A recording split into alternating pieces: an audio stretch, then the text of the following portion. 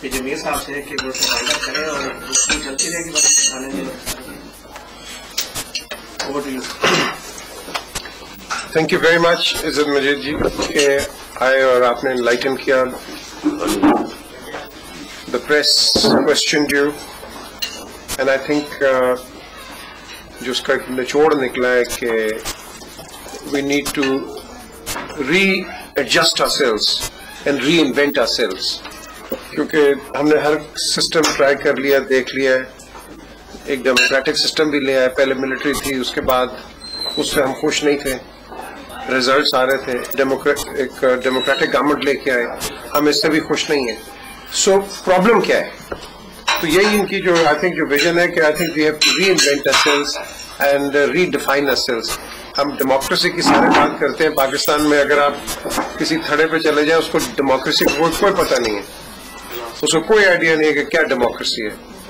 I think یہی بات ہے کہ ایجوکیشن جو 1% کی انہوں نے بات کی ہے, آئی تھنک یہ کم از کم اگر ہم اس کو 20 پہ لے جائیں تو کہیں نہ کہیں آپ چلے جائیں, کچھ نہ کچھ آپ سیکھیں گے. تو I think that is something which needs to be pondered upon, and I think as far as the journalists are concerned, ye inki duty hai, rather than being part of the problem, they should become part of the solution, not part of the problem. They shouldn't become involved themselves. Media should be reporting and not be siding people.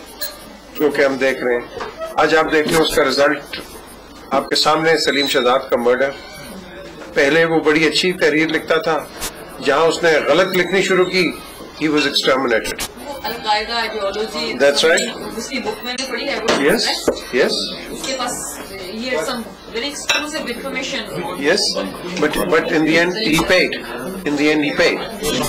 So you don't become part of anything, and we remain independent as we should. So I'll say thank you very much for being here again. Thank you. And اس کے بعد آپس میں feel free to have a formal chat, whatever you want. اور جس نے کچھ sound bites لینے ہیں وہ انڈیویجولی عزت صاحب سے آپ لے لیں یا sound bites.